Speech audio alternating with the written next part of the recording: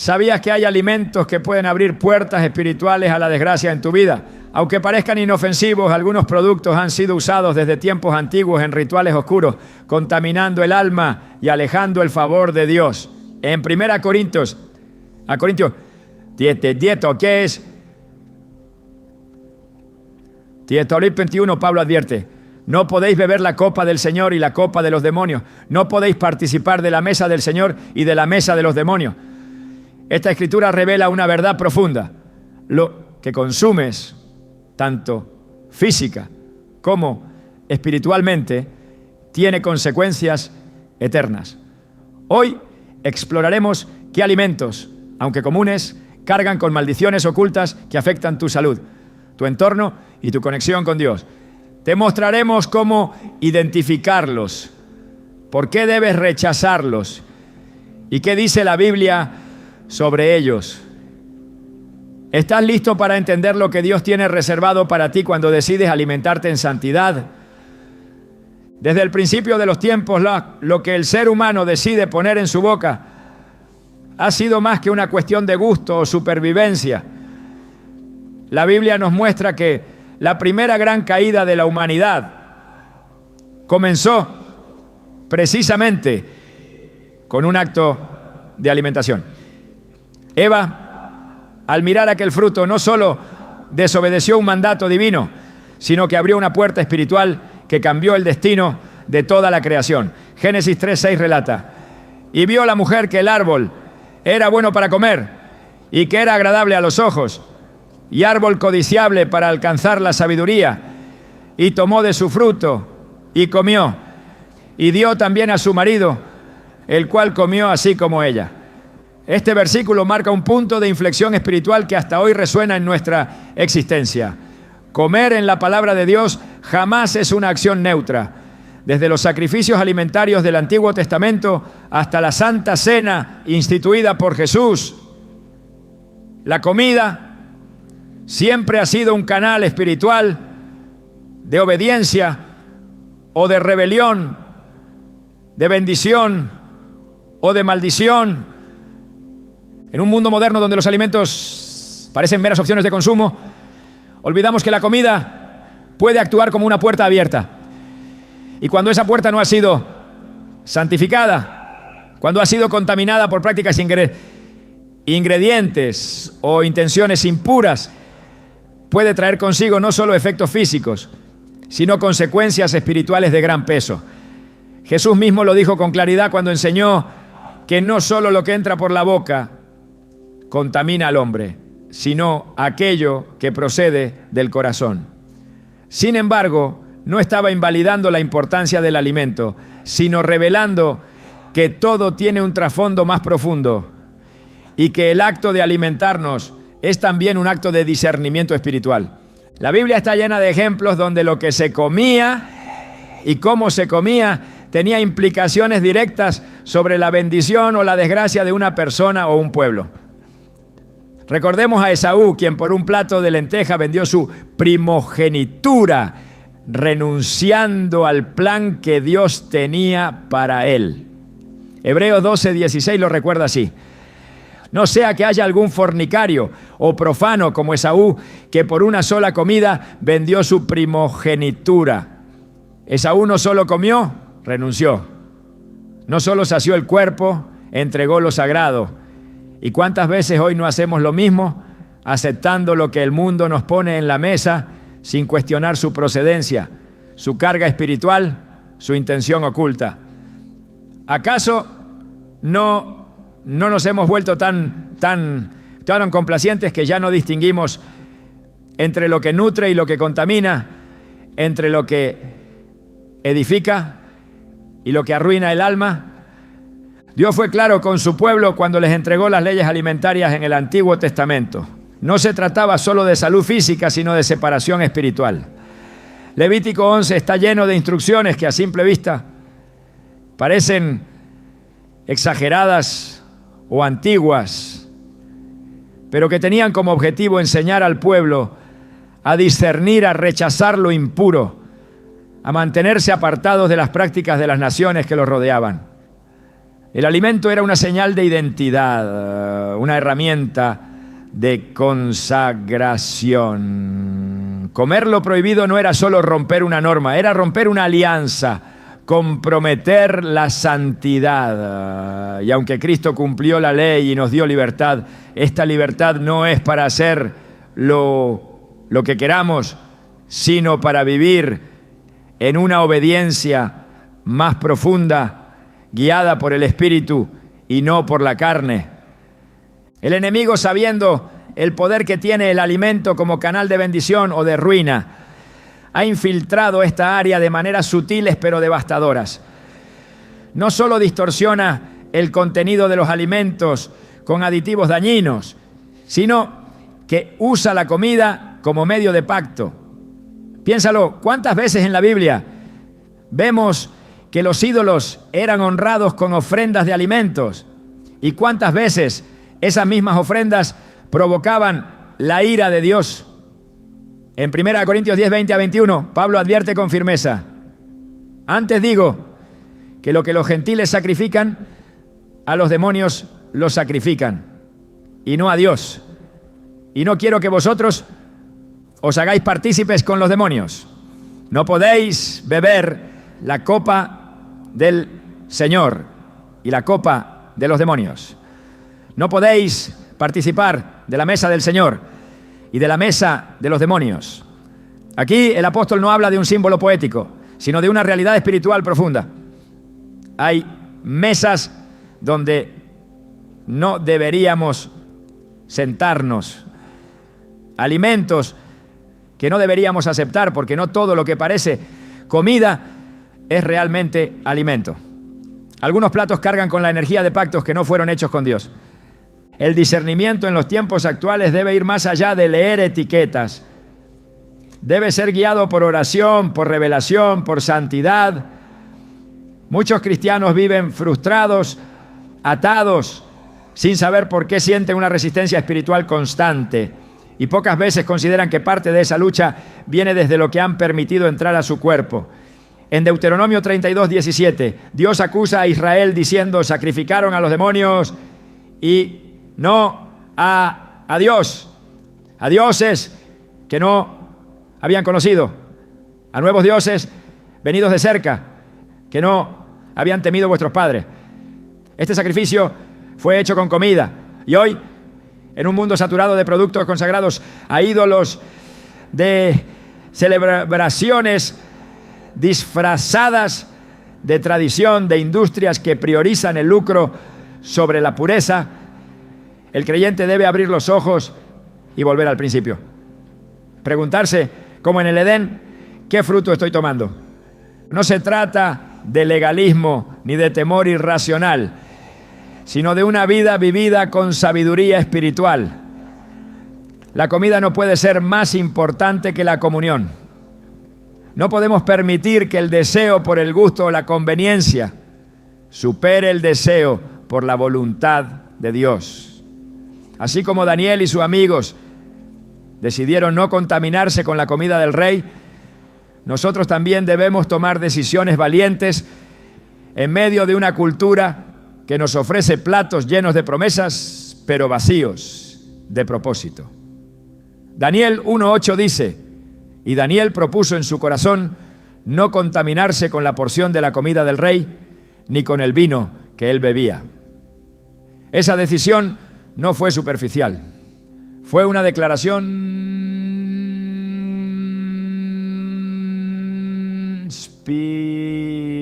espiritual, una afirmación de identidad, una señal de consagración. Y el resultado fue evidente: sabiduría, favor, protección. Muchos hoy no entienden por qué no logran avanzar en lo espiritual. ¿Por qué su mente está nublada, su fe débil, su ánimo decaído? Y no se dan cuenta que parte de su batalla tiene raíces en su plato.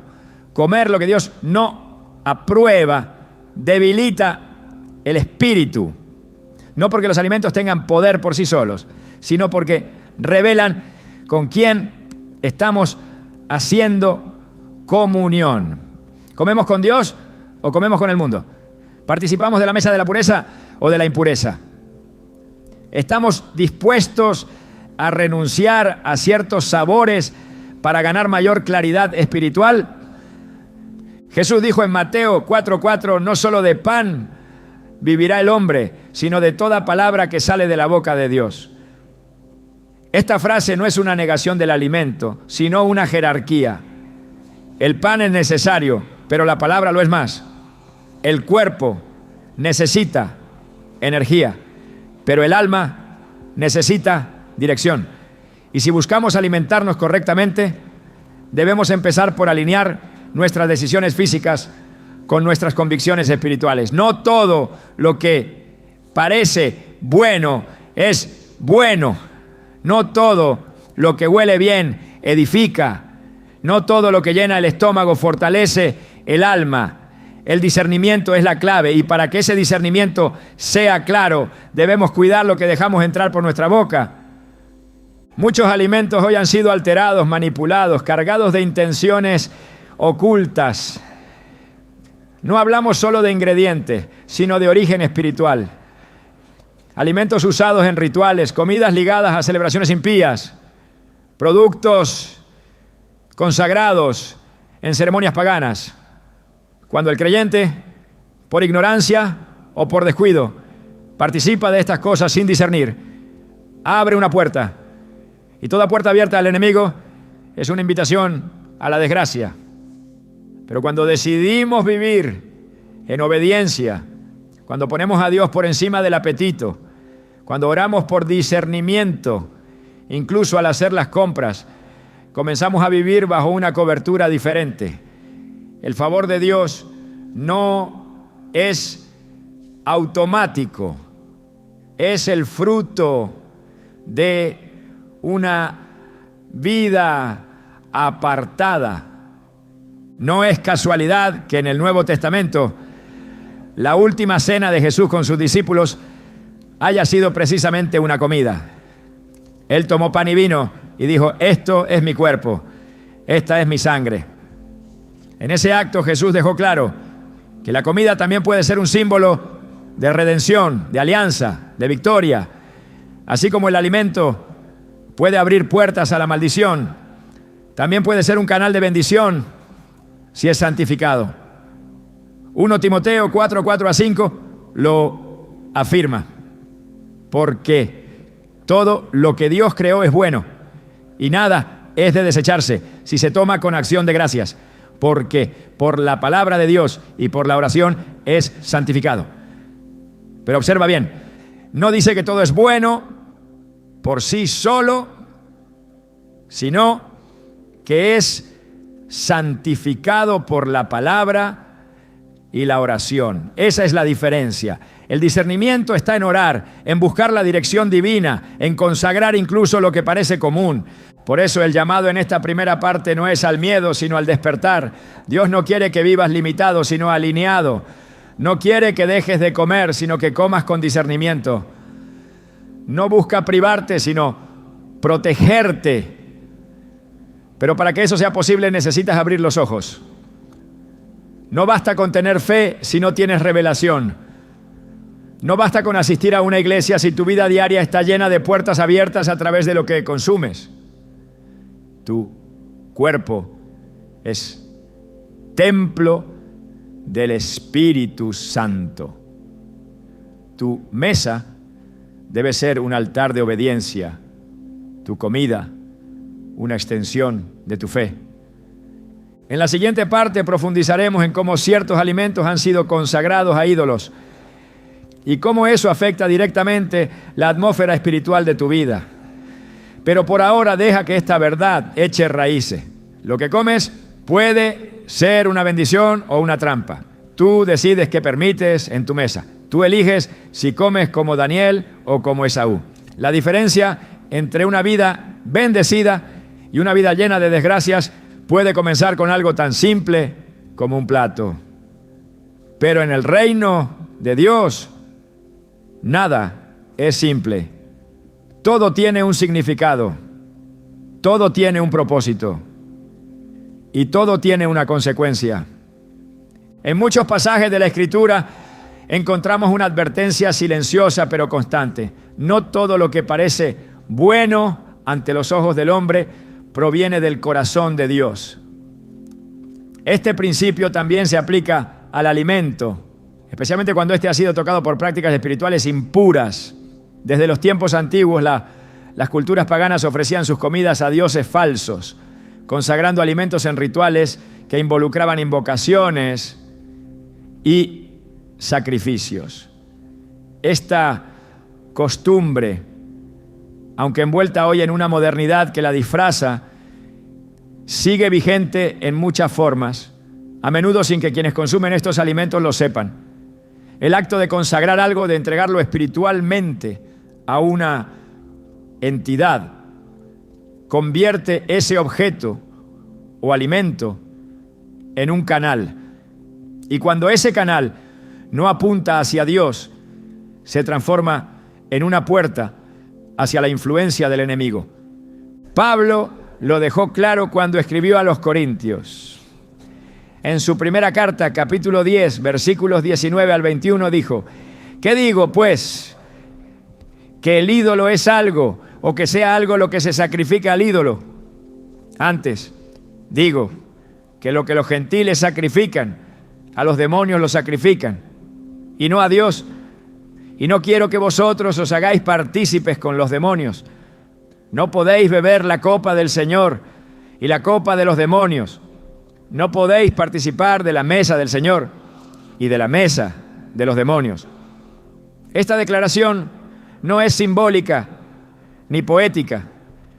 Es una advertencia directa. Comer lo que ha sido ofrecido a otros dioses, aunque físicamente no contenga veneno, espiritualmente puede ser un veneno lento que corrompe desde dentro. Cuando un alimento ha sido ofrecido en una ceremonia idolátrica, se convierte en una extensión de ese acto de adoración. En los tiempos bíblicos, los israelitas fueron severamente amonestados por participar en fiestas y banquetes donde se rendía culto a dioses ajenos. El problema no era la comida en sí, sino el contexto espiritual en el que esa comida había sido preparada y ofrecida. Comer de ese alimento era una forma de comunión con la idolatría, una alianza invisible que traía juicio. No se trataba de superstición, sino de legalidad espiritual. A los ojos de Dios, compartir esa mesa era una traición a su santidad. En la actualidad, muchas industrias alimentarias han adoptado prácticas que no honran a Dios. En algunas regiones del mundo, ciertos productos son consagrados públicamente a figuras espirituales o se bendicen con oraciones que invocan fuerzas ajenas al Espíritu Santo. Estas dedicaciones, lejos de ser inocentes, comprometen espiritualmente lo que luego es distribuido masivamente. Alimentos aparentemente comunes llevan una carga invisible, fruto de invocaciones que vinculan ese producto con entidades espirituales hostiles al reino de Dios. El creyente debe ejercer discernimiento no solo sobre lo que consume, sino sobre el origen de lo que llega a su mesa. La Biblia enseña que el enemigo se disfraza como ángel de luz. Así también, las obras de las tinieblas muchas veces se presentan de forma inofensiva. Lo que hoy se promociona como celebración cultural o costumbre ancestral puede estar basado en rituales paganos que invocan la presencia de demonios. En tiempos antiguos, Dios mandó a destruir por completo ciertos pueblos, no solo por su idolatría, sino también por las prácticas alimentarias que formaban parte de sus cultos. En Deuteronomio 12, 30 a 31 se ordena: guárdate que no tropieces en pos de ellas, después que sean destruidas delante de ti. No preguntes acerca de sus dioses diciendo: ¿de qué manera servían aquellas naciones a sus dioses? Yo también haré lo mismo. No harás así a Jehová tu Dios, porque toda cosa abominable que Jehová aborrece, hicieron ellos a sus dioses. Parte de esas cosas abominables eran sacrificios y alimentos ofrecidos en nombre de esos dioses falsos. El acto de comer siempre ha sido espiritual. Desde los sacrificios en el altar hasta la Pascua, cada comida que Dios mandaba preparar venía acompañada de instrucciones precisas. Esto revelaba que para Dios no solo importa lo que se come, sino cómo, con qué intención y bajo qué influencia espiritual. Lo que Dios bendice, Él lo transforma en vida. Lo que el enemigo toca, lo vuelve una semilla de contaminación. Y esa contaminación no siempre se manifiesta de forma inmediata, pero deja un rastro. Confusión espiritual, apatía en la oración, puertas abiertas al desánimo y en algunos casos opresión persistente que parece no tener causa visible. El creyente necesita aprender a separar lo común de lo consagrado, lo limpio de lo impuro. En Ezequiel 44:23, el Señor habla sobre el papel de los sacerdotes diciendo: y enseñarán a mi pueblo a hacer diferencia entre lo santo y lo profano, y les enseñarán a discernir entre lo limpio y lo no limpio. Hoy ese mismo llamado recae sobre quienes desean vivir en santidad. No se puede caminar en autoridad espiritual si se participa, aún por ignorancia, en lo que ha sido ligado a tinieblas. Comer es una forma de participar. Por eso Jesús estableció su comunión con pan y vino, símbolos de un pacto eterno. Quien participa del pan de vida entra en comunión con su cuerpo. Pero quien participa de alimentos contaminados espiritualmente se expone a otra clase de comunión, una que trae consecuencias. Uno de los engaños más comunes es pensar que si no se cree en esas prácticas no hay efecto. Pero la espiritualidad no depende de la fe humana para manifestar sus consecuencias. El mundo espiritual se rige por principios, no por percepciones. Así como el fuego quema, aunque no se le tema, lo consagrado a ídolos afecta aunque se ignore. La falta de conocimiento no exime al creyente del resultado de sus decisiones. Por eso, Oseas 4:6 dice: mi pueblo fue destruido porque le faltó conocimiento. Esta destrucción no es solo física o moral, sino espiritual. Una vida sin discernimiento es vulnerable. Una mesa sin consagración es un lugar expuesto. El Señor desea que sus hijos vivan en luz, no en mezcla. El alimento, al igual que la palabra, tiene poder para edificar o destruir. Jesús dijo en Juan 6:35, yo soy el pan de vida. El que a mí viene nunca tendrá hambre. Esta declaración no es una metáfora sin sentido. Es una invitación a comer de lo que realmente sacia y purifica.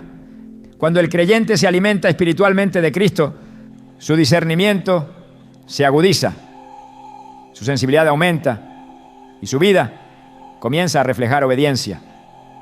Lo contrario sucede cuando se alimenta, literal y espiritualmente, de lo que ha sido tocado por manos impías.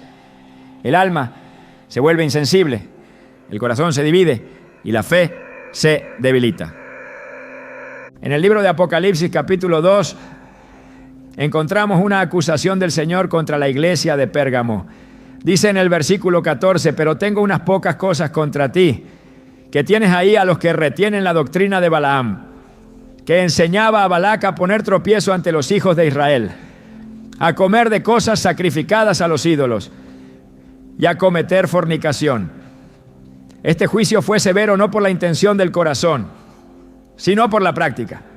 Comer de lo sacrificado a ídolos se convirtió en una trampa que alejó al pueblo del favor de Dios. Esta advertencia es vigente hoy. No es solo una historia antigua, es una advertencia eterna. El enemigo busca alianzas y muchas veces las encuentra en las acciones cotidianas.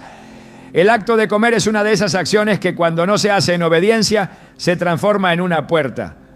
La Biblia nos llama a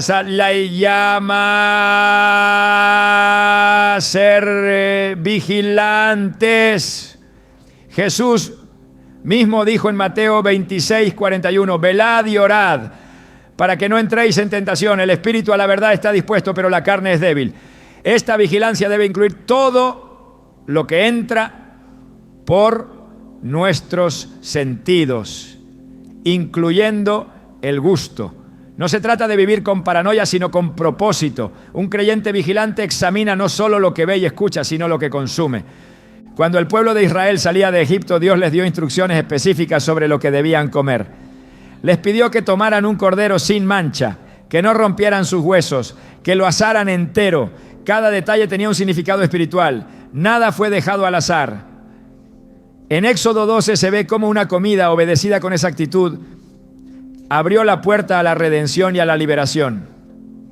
Lo opuesto también es cierto. Comer lo que ha sido entregado al enemigo puede abrir la puerta a la esclavitud. La obediencia en lo pequeño revela nuestra disposición en lo grande, y el discernimiento en la comida muestra hasta qué punto honramos la santidad de Dios. Cuando el creyente aprende a orar antes de comer, no como un ritual, sino como un acto de consagración, cambia la atmósfera de su entorno. El alimento no debe ser solo una fuente de energía, sino una expresión de comunión con el cielo. En cada comida hay una oportunidad de honrar o de contaminar. En cada decisión hay una consecuencia. El llamado a examinar el origen espiritual de los alimentos no es una exageración, es una urgencia. En un mundo donde muchas culturas mezclan lo sagrado con lo profano, el creyente debe ser radical en su discernimiento. No se trata de rechazar la cultura, sino de no permitir que lo espiritual impuro entre en nuestra vida disfrazado de tradición. El que desea vivir apartado debe apartarse también en lo que come.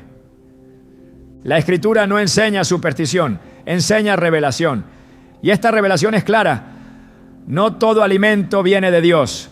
No toda comida debe ser aceptada. No toda mesa es segura. Solo aquellas que han sido consagradas por la oración, selladas por la palabra y preparadas sin contaminación espiritual pueden traer bendición verdadera. El resto, aunque parezca inofensivo, puede convertirse en un canal de desgracia. Lo que se come influye en lo que se piensa, en cómo se ora, en lo que se sueña. No se puede aspirar a una vida de santidad sin revisar los hábitos cotidianos. El alimento, como parte esencial del día a día, debe reflejar la pureza que se busca. Un cuerpo limpio ayuda a un alma sensible. Una mesa consagrada refuerza una vida rendida. Por tanto, quien anhela vivir en la presencia de Dios debe cerrar toda puerta de contaminación, incluso aquella que parece tan pequeña como un bocado, porque para Dios ningún detalle es insignificante. La fidelidad en lo invisible es lo que abre la puerta a lo sobrenatural. Y si el enemigo ha hallado espacio en lo que consumes, es hora de detenerlo, consagrarte y permitir que cada alimento que entre a tu vida sea motivo de bendición, no de juicio. Desde los tiempos del Antiguo Testamento, Dios estableció principios muy claros sobre lo que debía considerarse limpio o impuro. Estas leyes, lejos de ser meramente higiénicas, eran profundamente espirituales. En Levítico 11, el Señor dedica un capítulo entero a clasificar animales, aves y peces según su pureza. Algunos eran permitidos, otros prohibidos. Pero más allá del detalle físico, estaba el mensaje invisible. Lo que consumes afecta tu estado delante de Dios. Cada ingrediente tenía una carga espiritual. Cada decisión alimentaria reflejaba obediencia o rebeldía. Y aunque la venida de Cristo nos introdujo en una nueva etapa de gracia, esa gracia no elimina el principio espiritual. Lo impuro, aunque legalmente permitido, puede seguir contaminando si no es consagrado. En los tiempos actuales, los ingredientes utilizados en muchos alimentos modernos han pasado de lo natural a lo profundamente alterado. Lo que alguna vez fue creado para nutrir ha sido transformado por industrias que buscan conservar, potenciar el sabor o reducir costos, pero sin ninguna consideración espiritual. El creyente, muchas veces sin saberlo, permite en su cuerpo sustancias que no solo afectan la salud física, sino también la claridad espiritual. La palabra de Dios nos advierte que debemos glorificarle incluso en lo que comemos. En 1 Corintios 10:31 está escrito: si pues coméis o bebéis o hacéis otra cosa, hacedlo todo para la gloria de Dios. Esta instrucción va más allá de una actitud interna. Implica también una selección consciente. No todo lo que se ofrece en el mercado honra a Dios. No todo lo que parece alimento es compatible con una vida consagrada. Muchos productos hoy contienen elementos cuyo origen es cuestionable a la luz de la palabra.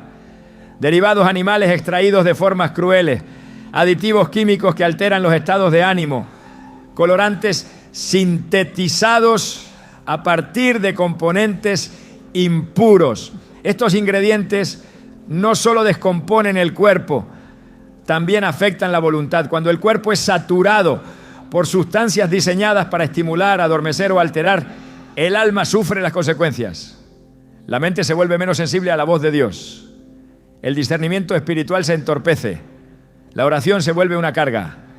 El enemigo opera con mayor eficacia cuando el creyente se encuentra debilitado, no solo por el pecado evidente, sino por el envenenamiento progresivo de lo que permite entrar. La Biblia habla de pureza no solo como una condición moral, sino como un estado de separación. En Romanos 12:1-2 se nos exhorta a presentar nuestros cuerpos como sacrificio vivo, santo, agradable a Dios. Este llamado implica cuidar no solo lo que hacemos con el cuerpo, sino lo que permitimos que lo alimente. La renovación de la mente que menciona Pablo en ese pasaje no puede ser plena si el cuerpo está atado a una alimentación desordenada, contaminada o espiritualmente comprometida. Es imposible experimentar transformación profunda si el templo del Espíritu está saturado de impureza cotidiana. Muchos de los ingredientes malditos utilizados actualmente fueron normalizados por una cultura que ha dejado de lado los principios divinos. El creyente no puede aceptar esa normalización como parte de su vida. El mundo habla de aditivos como simples mejoradores. Dios habla de consagración. El mundo habla de tolerancia. Dios habla de santidad. En Isaías 5:20, el Señor lanza una advertencia grave. Ay de los que a lo malo dicen bueno y a lo bueno malo, que hacen de la luz tinieblas y de las tinieblas luz. Esta confusión se extiende también al alimento. Lo que hace unas décadas habría sido impensable, hoy se vende como parte del consumo diario. Ingredientes cuyo origen espiritual jamás fue considerado. Hoy se mezclan en fórmulas que cruzan las fronteras del cuerpo para llegar al alma. La contaminación invisible comienza con una falta de discernimiento. Lo que parece inofensivo se convierte en costumbre. Lo que es costumbre se vuelve necesidad. Y lo que se necesita comienza a gobernar. Esa es la estrategia sutil del enemigo. Introducir cadenas disfrazadas de sabores. Debilitar la voluntad a través de lo placentero. Normalizar lo impuro hasta hacerlo parte de lo cotidiano. Jesús fue claro en Mateo 6:22-23 al decir: la lámpara del cuerpo es el ojo. Así que si tu ojo es bueno, todo tu cuerpo estará lleno de luz. Pero si tu ojo es maligno, todo tu cuerpo estará en tinieblas. Este principio también se aplica al discernimiento sobre el alimento. Si permitimos con nuestros sentidos lo que es impuro, el alma lo recibirá como parte de su ambiente. Lo que el cuerpo tolera, la mente termina aceptando. El templo de Dios no puede estar saturado de sustancias que se originaron en desobediencia, violencia o prácticas contrarias al diseño divino. En el Antiguo Testamento, todo lo que se ofrecía a Dios debía estar libre de defecto, sin mezcla, sin impurezas. Hoy somos ese sacrificio vivo. Si nuestro cuerpo es el altar, entonces lo que ponemos en él debe ser digno del Dios al que servimos. Pablo escribe en 2 Corintios 7:1. Así que, amados, puesto que tenemos tales promesas, limpiémonos de toda contaminación de carne y de espíritu, perfeccionando la santidad en el temor de Dios. Aquí se establece una conexión directa entre lo físico y lo espiritual. No se puede crecer en santidad mientras el cuerpo esté siendo contaminado. El enemigo sabe que no necesita una invasión directa para debilitar al creyente. Le basta con infiltrarse en lo cotidiano. Y el alimento es uno de los canales más eficaces. No por casualidad, muchas prácticas ocultas incluyen ingredientes específicos. No es solo una receta, es una estrategia espiritual. Así como Dios instituyó el uso del pan y el vino para simbolizar su pacto, el adversario también manipula ingredientes para establecer ataduras. Lo que entra al cuerpo por el apetito físico puede convertirse en un vehículo de opresión espiritual. Y muchas veces los efectos se manifiestan en forma de ansiedad, insomnio, ataques de ira o debilidad emocional. No son enfermedades del cuerpo solamente, sino síntomas de una contaminación más profunda. El pueblo de Dios debe despertar. No se trata de entrar en temor, sino en obediencia. No es cuestión de eliminar todo lo que se desconoce, sino de consagrar, de volver a poner al Señor en el centro, incluso de las decisiones alimenticias. En Proverbios 3:6 se nos instruye: reconócelo en todos tus caminos y Él enderezará tus veredas. Esta dirección incluye lo que se come, lo que se bebe, lo que se compra, lo que se aprueba. Reconocer a Dios en todas las áreas implica invitar su sabiduría, su presencia, su espíritu en cada decisión, por más pequeña que parezca. Es urgente entender que cada ingrediente lleva una historia, una intención, una huella. Algunas de esas huellas son limpias, otras no. Y cuando el creyente consume lo que ha sido alterado, manipulado o contaminado con prácticas impías, está permitiendo que su cuerpo y su espíritu se vuelvan receptores de esa misma impureza. En Jeremías 15:19, el Señor dice: si te convirtieres, yo te restauraré, y delante de mí estarás. Y si entresacares lo precioso de lo vil, serás como mi boca. Esta separación entre lo precioso y lo vil no es solo ética o moral, también es espiritual y cotidiana. Lo que se come puede ser precioso si está alineado con el propósito divino. Puede ser vil si proviene de un sistema que ha excluido a Dios de su proceso. Muchos piensan que lo espiritual está separado de lo físico, pero la Biblia enseña lo contrario. El cuerpo y el espíritu están conectados. Lo que afecta al uno afecta al otro. En 3 Juan 1:2 leemos: amado, yo deseo que tú seas prosperado en todas las cosas y que tengas salud así como prospera tu alma. La salud del cuerpo y la salud del alma caminan juntas.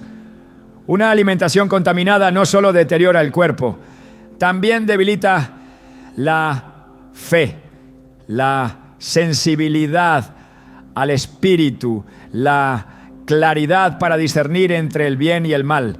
Por eso, lo que hoy el mundo presenta como normal, el creyente debe examinarlo con los ojos del espíritu. El regreso a una alimentación limpia no es solo una cuestión de dieta, es un acto de guerra espiritual. Renunciar a los ingredientes malditos que el mundo promueve es una forma de afirmar la santidad. Cuando el creyente decide purificar su cuerpo, su mente se aclara, su espíritu se fortalece, su oración se vuelve más intensa, su autoridad espiritual aumenta, no porque el alimento lo salve, sino porque la obediencia lo conecta con la gracia. En el primer libro de Samuel, capítulo 15, versículo 22 se pregunta: ¿se complace Jehová tanto en los holocaustos y víctimas como en que se obedezca a las palabras de Jehová?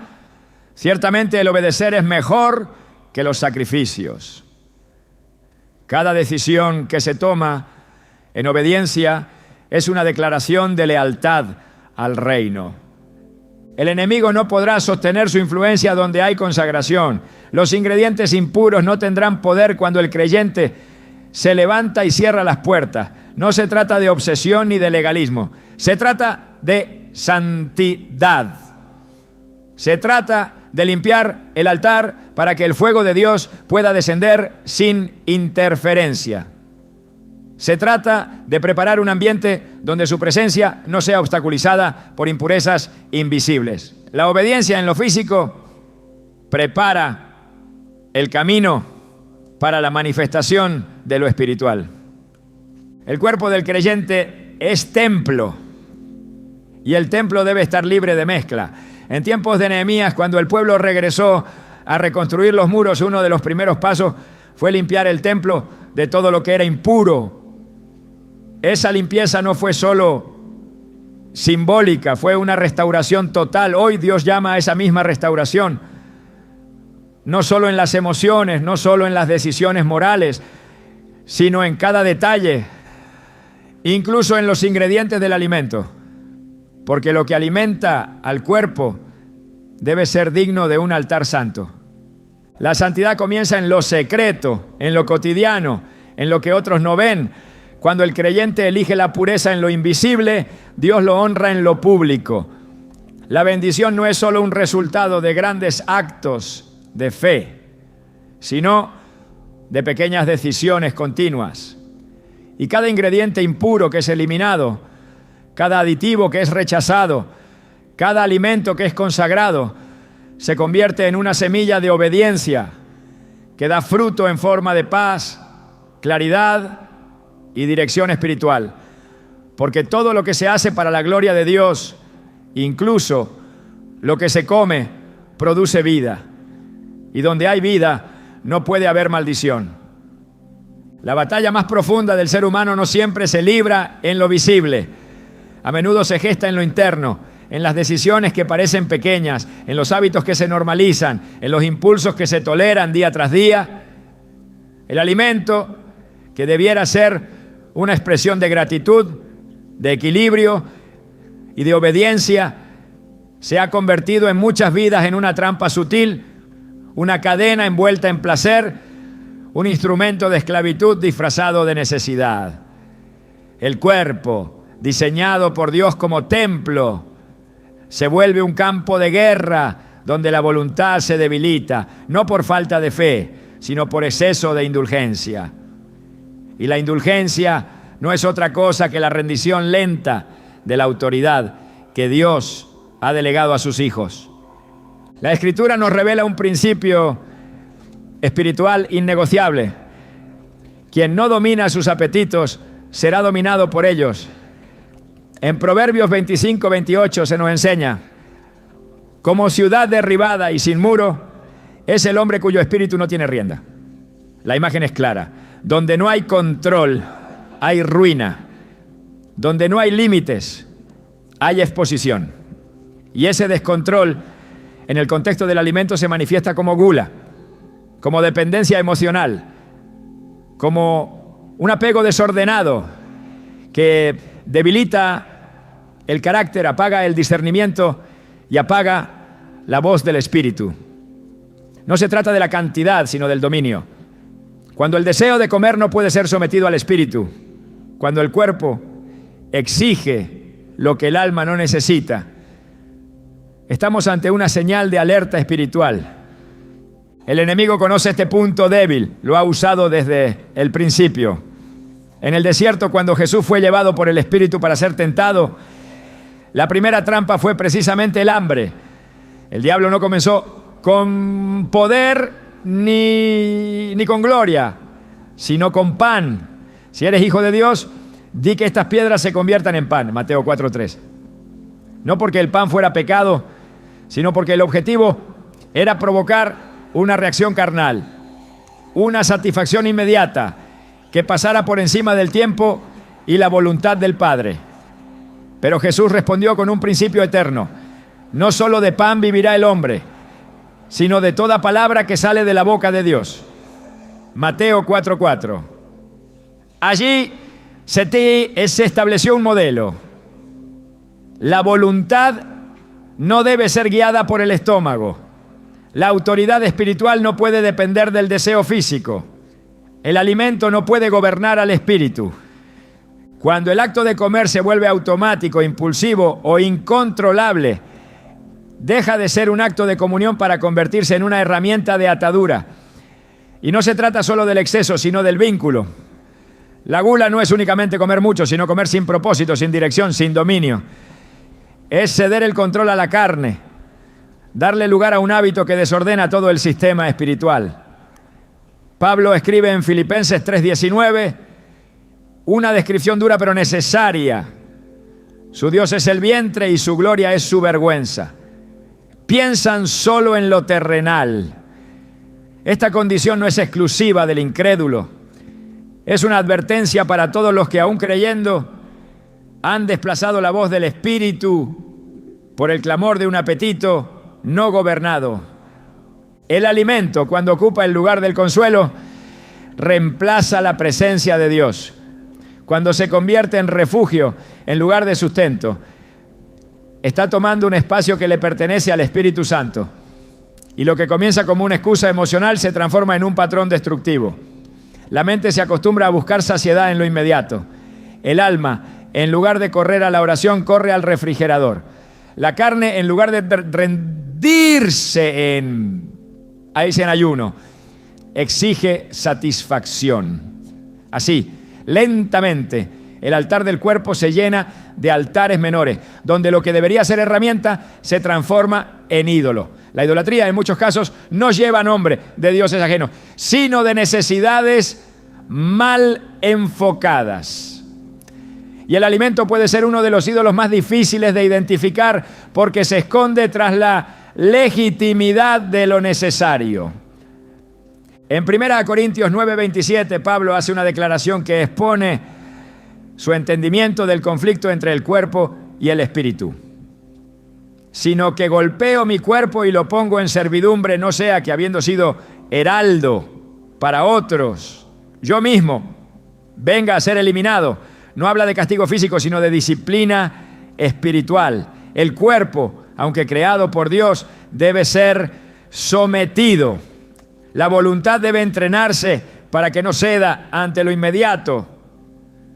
Porque un cuerpo sin disciplina produce una fe sin consistencia. Y una fe sin consistencia no soporta la prueba. El acto de comer puede convertirse en un campo de entrenamiento espiritual.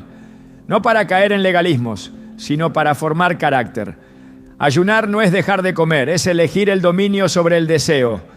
Elegir el espíritu sobre la carne. Es declarar con hechos que el alimento no es el rey, que el cuerpo no dicta órdenes, que la boca no gobierna la vida. Es un acto de guerra contra todo lo que el enemigo ha intentado implantar como normal. Porque en un mundo donde la comida ha sido diseñada para crear adicción, el creyente que decide gobernarse se convierte en un testimonio viviente de que el espíritu es más fuerte que cualquier sistema. La esclavitud alimentaria no es siempre evidente. Puede esconderse detrás de la comodidad, del hábito, de lo cultural, pero se manifiesta en la incapacidad de decir no, en la dependencia a ciertos productos, en la frustración cuando no se puede acceder a ese alimento. El enemigo no necesita encadenar con hierro a quien ya está atado por azúcar. No necesita posesionar a quien ya ha rendido su voluntad a una rutina destructiva. La libertad comienza cuando se recupera el dominio, cuando la comida vuelve a ser sierva y no señora, cuando el cuerpo vuelve a obedecer la voz del espíritu y no la urgencia del paladar. Dios creó el alimento con un propósito de bendición, lo dotó de sabor, de variedad, de belleza. Pero como todo en el reino, lo bendecido se convierte en maldición cuando se usa fuera del diseño. Lo que debía nutrir ahora enferma. Lo que debía acompañar ahora domina. Lo que debía ser administrado ahora exige servidumbre. El enemigo no necesitó inventar nada nuevo, solo pervertir lo que Dios hizo. Y en esa perversión el cuerpo de muchos ha dejado de ser templo para convertirse en trinchera, un lugar donde se libran guerras silenciosas, donde cada decisión tiene peso eterno. Es necesario volver a la mesa con entendimiento, no desde la prohibición, sino desde la conciencia, no desde el temor, sino desde la convicción, no desde la culpa, sino desde la responsabilidad espiritual. El creyente que desea avanzar en lo sobrenatural debe revisar lo natural. No se puede pedir autoridad mientras se es gobernado por un hábito. No se puede caminar en santidad si se tolera una atadura disfrazada de rutina. No se puede recibir revelación cuando la mente está nublada por excesos. La libertad que Cristo vino a traer incluye también el dominio sobre la carne. Y ese dominio se forja muchas veces en lo que se elige comer. El Espíritu Santo anhela morar en cuerpos disponibles, no dominados, en mentes sobrias, no saturadas, en corazones rendidos, no divididos por afectos desordenados. La transformación comienza en lo secreto, en la decisión de cerrar la boca cuando todo grita por abrirla, en la firmeza de no ceder al impulso, en la constancia de volver al diseño original, donde el alimento servía al propósito y no el propósito al alimento. El mismo Jesús, al enseñar a sus discípulos a orar, incluyó esta petición: el pan nuestro de cada día, dánoslo hoy. Mateo 6:11. No dijo el postre, ni el exceso, ni la comida emocional. Dijo el pan necesario, el alimento suficiente, la provisión exacta. Porque en el reino la abundancia no es sinónimo de descontrol, es sinónimo de propósito. Y quien ha entendido esto ya no come por impulso, sino por obediencia. Ya no busca saciar el alma con lo que solo debe llenar el cuerpo. Ya no rinde culto al gusto, sino al Dios que provee. El orden alimenticio no es solo salud, es honra, es respeto al diseño divino, es reverencia al templo que se nos ha confiado, es preparación para batallas mayores, porque un cuerpo gobernado por el Espíritu será una herramienta eficaz en las manos de Dios, y un alma que ha vencido la esclavitud de la gula, de la adicción, del desorden, está lista para caminar con autoridad. No porque el alimento sea en sí un pecado, sino porque someterlo es una victoria. El enemigo sabe lo que hace cuando invade esta área. Sabe que si controla el hábito, debilita la voluntad. Si domina el apetito, anula el llamado. Si pervierte el placer, silencia la voz de Dios. Por eso este no es un tema superficial, es un frente de batalla, es un terreno que hay que recuperar, es una fortaleza que debe caer. La libertad no comienza con grandes eventos, comienza con pequeñas renuncias, con decisiones diarias, con el rechazo firme a aquello que antes parecía inofensivo, con la oración sincera antes de cada comida, con la rendición del cuerpo como acto de adoración. Porque cada vez que se elige al Espíritu por encima de la carne, se construye un altar. Y en ese altar el fuego de Dios puede descender. Lo que consumes te forma, lo que toleras te define, lo que dominas te libera. Y cuando el alimento vuelve a su lugar, el Espíritu puede elevarse sin obstáculos. No porque haya una magia en la comida, sino porque hay obediencia en el corazón. Y donde hay obediencia, hay favor. Donde hay orden, hay presencia.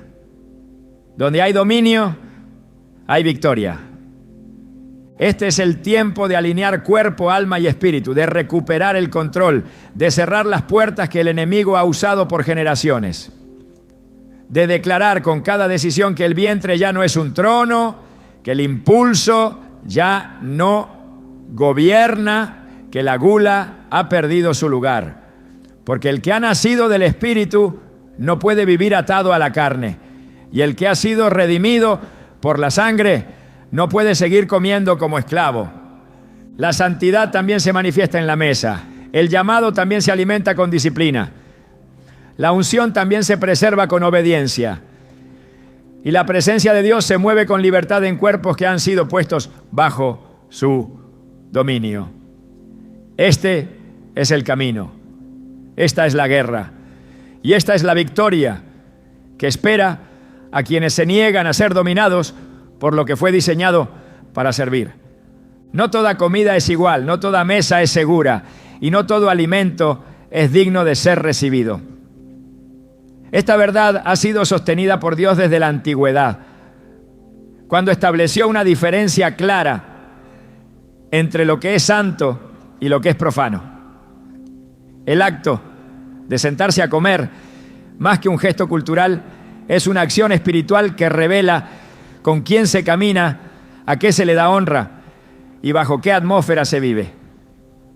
Compartir el pan en una mesa impura no es solo un gesto de socialización, es abrirse a una comunión que puede contaminar. Y en un tiempo como este, donde la mezcla ha sido normalizada y lo sagrado ha sido diluido, la necesidad de discernimiento en lo que se come y en dónde se come nunca ha sido tan urgente. En el mundo espiritual toda mesa representa un altar. En el reino de Dios el alimento no se recibe de manera automática, sino con conciencia. Comer sin discernir la atmósfera es como aceptar una invitación, sin saber el propósito detrás de ella. La palabra de Dios nos muestra que muchas veces la contaminación no llega por el contenido, sino por el contexto.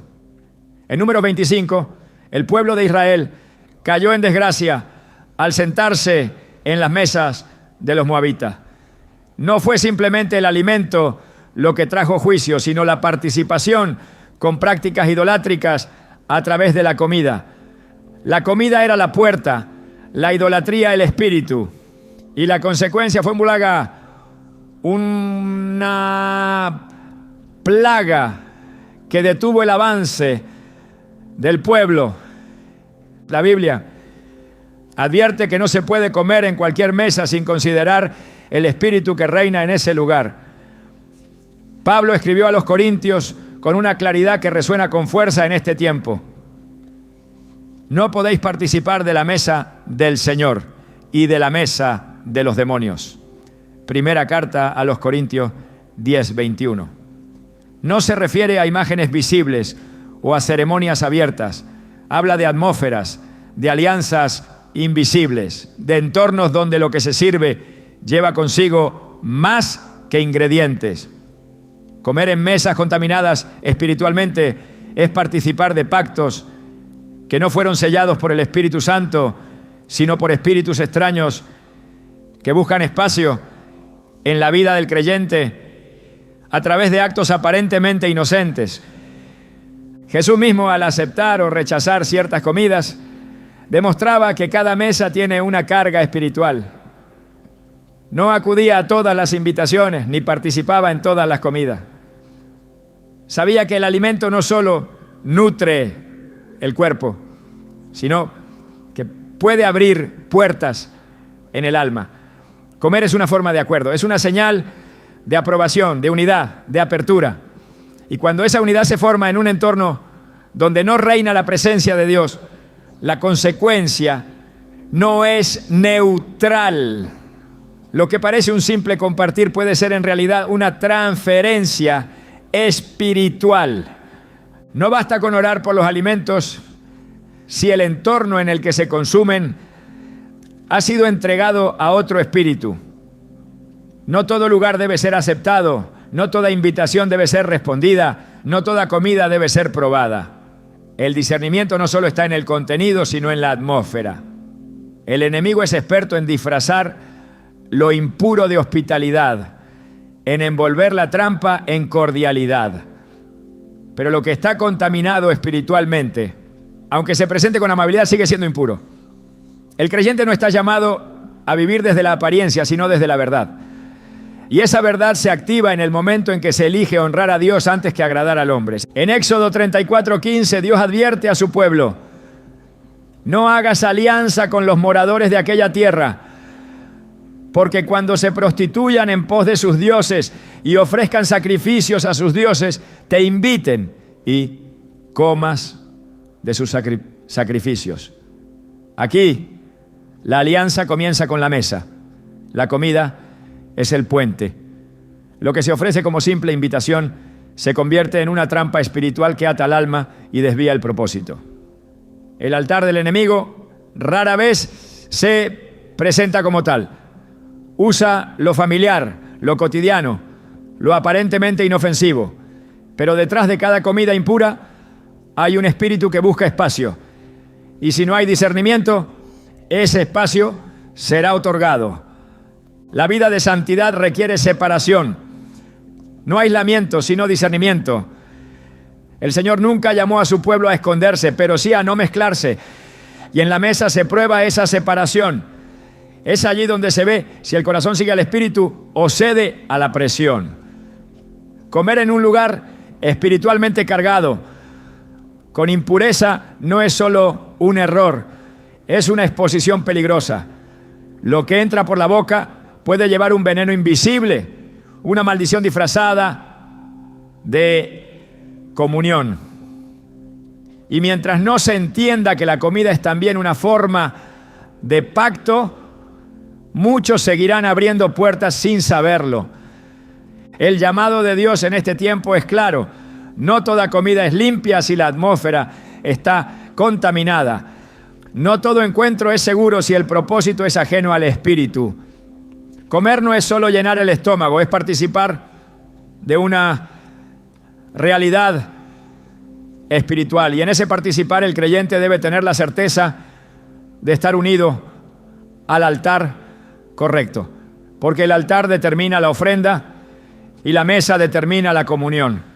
Allí donde se come se establece una alianza. Y esa alianza no puede ser tomada a la ligera. Quien desea caminar en libertad debe cerrar las puertas que se abren a través de las mesas impuras y restaurar la santidad que empieza en lo que parece más simple, pero que ante Dios tiene peso eterno. La restauración comienza cuando el corazón se vuelve a Dios, no solo con palabras, sino con actos concretos.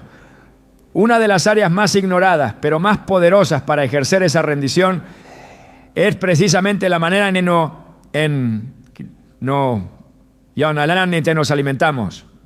Dios, que ve lo profundo, no pasa por alto lo cotidiano. El alimento que recibimos puede ser un acto de obediencia o una expresión de indiferencia. Cuando el cuerpo vuelve a ser tratado como templo y no como depósito de deseos, la atmósfera espiritual cambia. La santidad se cultiva en lo secreto y nada es más constante que el acto de comer. Por eso, lo que se consagra en ese nivel tiene el poder de transformar el entorno. En Levítico, el Señor estableció que todo lo que era ofrecido en el altar debía estar libre de defecto. No porque Él necesite comida, sino porque cada ofrenda revelaba el estado del corazón. Hoy, ese altar está en cada decisión que tomamos. Y la mesa es uno de esos lugares sagrados donde se manifiesta si vivimos para agradar a Dios o para satisfacer la carne. En el 1 Pedro 1, 15 a 16 está escrito: sino, como aquel que os llamó es santo, sed también vosotros santos en toda vuestra manera de vivir, porque escrito está: sed santos, porque yo soy santo. Toda nuestra manera de vivir. Eso incluye lo que comemos, lo que toleramos, lo que decidimos permitir en nuestro cuerpo y en nuestra casa. La restauración no llega por la modificación externa, sino por la transformación del entendimiento. Cuando el creyente comprende que no se trata de reglas, sino de rendición, entonces el alimento vuelve a ocupar su lugar. Ya no es el centro, sino el instrumento. Ya no gobierna, sino que sirve al propósito mayor. Lo que antes era una debilidad, se convierte en una ofrenda. Lo que antes dominaba, ahora es sometido. Y en ese sometimiento hay honra, porque se reconoce que el diseño de Dios siempre es mejor que cualquier satisfacción temporal. En Romanos 12, 1-2, se nos exhorta a presentar el cuerpo como sacrificio vivo, santo y agradable a Dios. Esta entrega no es simbólica, se manifiesta en lo concreto. Y cuando el alimento se convierte en parte de esa entrega, entonces el cuerpo empieza a alinearse con la voluntad divina. Lo que parecía irrelevante se vuelve sagrado. Y en esa consagración, el enemigo pierde uno de sus accesos más comunes, el descuido. El creyente que ora por discernimiento antes de comer, que examina lo que compra, que pone límites en lo que permite, está declarando que su cuerpo y su mesa son territorio del reino. Dios honra al que le honra, y cada vez que se elige lo puro por encima de lo fácil, se está edificando un altar, uno donde el fuego del Espíritu puede descender sin interrupción, porque la obediencia en lo pequeño prepara el camino para lo eterno. Y en esa obediencia hay libertad, hay sanidad, hay propósito. El alimento no es solo sustento del cuerpo, también es testigo de nuestras decisiones diarias. En cada bocado que elegimos con discernimiento se revela una postura espiritual. Aceptar o rechazar ciertos alimentos, no desde la dieta, sino desde la consagración. Es una forma silenciosa de guerra, una expresión de santidad en lo cotidiano. Porque la gloria de Dios no se manifiesta únicamente en los grandes altares, sino también en las mesas donde se honra su nombre en lo oculto. Y esa honra trae cobertura, dirección y favor. Quien entiende que su mesa es también un campo espiritual empieza a edificar desde allí una vida de obediencia. Ya no come por impulso, ya no acepta por costumbre, ya no participa por compromiso. Elige, separa, santifica, porque ha comprendido que incluso en lo invisible Dios observa, y donde hay reverencia hay presencia. La desgracia no entra solo por puertas abiertas, sino también por puertas ignoradas. Pero cuando el creyente toma autoridad sobre su plato, también recupera autoridad sobre su entorno. Y lo que antes fue un canal de confusión, ahora se transforma en un altar de propósito. Esa es la victoria que comienza en silencio, pero resuena con poder eterno.